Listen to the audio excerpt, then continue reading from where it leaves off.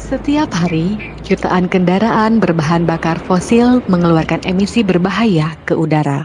Gas seperti karbon dioksida, nitrogen oksida, dan partikel debu halus mencemari lingkungan, memperburuk kualitas udara di kota-kota besar. Dampak dari polusi udara ini telah dirasakan langsung oleh kesehatan manusia dan lingkungan. Tahukah Anda, menurut WHO, polusi udara menjadi penyebab kematian lebih dari 7 juta orang setiap tahunnya. Kendaraan berbahan bakar fosil menjadi salah satu penyumbang terbesar pencemaran udara ini. Lalu, bagaimana di masa depan kita jika harus bergantung terhadap bahan bakar fosil? Jawabannya adalah transisi ke kendaraan listrik. Tidak menghasilkan emisi langsung, artinya tidak menyumbang polusi udara di kota-kota kita. Selain itu, didukung oleh energi listrik yang bisa dihasilkan dari sumber energi terbarukan. Pemerintah di berbagai negara mulai menyadari pentingnya transisi ini. Di Indonesia misalnya, pemerintah telah menerbitkan Peraturan Presiden Nomor 55 Tahun 2019 tentang percepatan program kendaraan bermotor listrik berbasis baterai. Kebijakan ini merupakan langkah konkret untuk mengurangi ketergantungan pada bahan bakar fosil dan menurunkan emisi pada rumah kaca. Indonesia juga menargetkan untuk memiliki 2 juta kendaraan listrik di jalan pada tahun 2030. Ini bukan hanya untuk mengurangi emisi, tetapi juga untuk mendukung industri baterai dalam negeri yang kini sedang dikembangkan. Hal ini sejalan dengan target global untuk mencapai net zero emission tahun 2060. Namun, di balik potensi besar, ada tantangan lain yang jarang dibahas. Dampak dari industri penambangan nikel, bahan utama untuk baterai.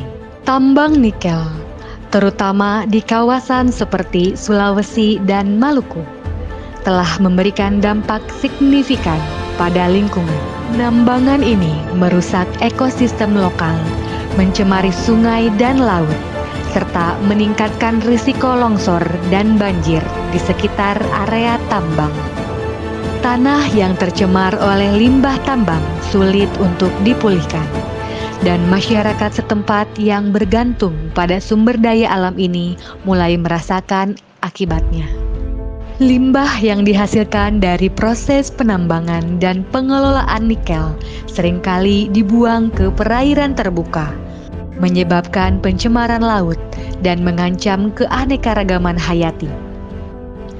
Tanaman laut mati, ikan teracuni, dan akhirnya berdampak pada mata pencaharian penduduk setempat yang bergantung pada hasil laut.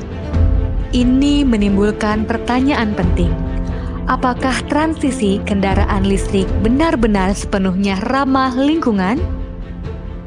Rantai produksi mereka, terutama dari sisi bahan baku seperti nikel, masih meninggalkan jejak ekologi yang signifikan.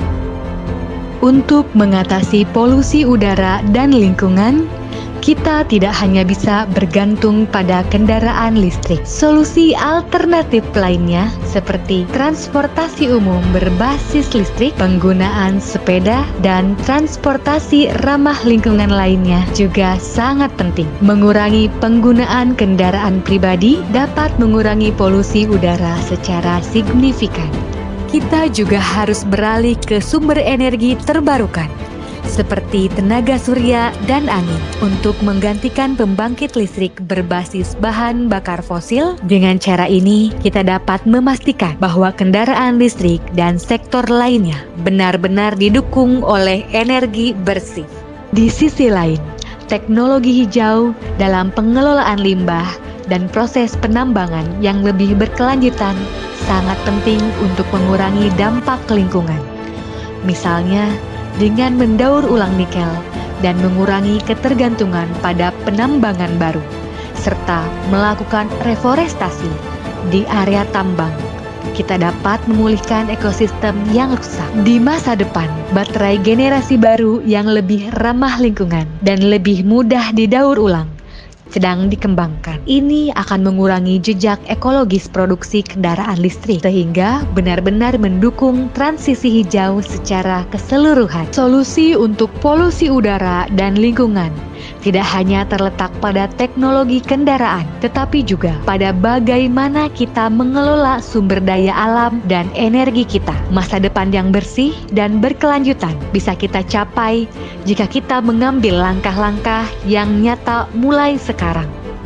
Masa depan kita ada di tangan kita.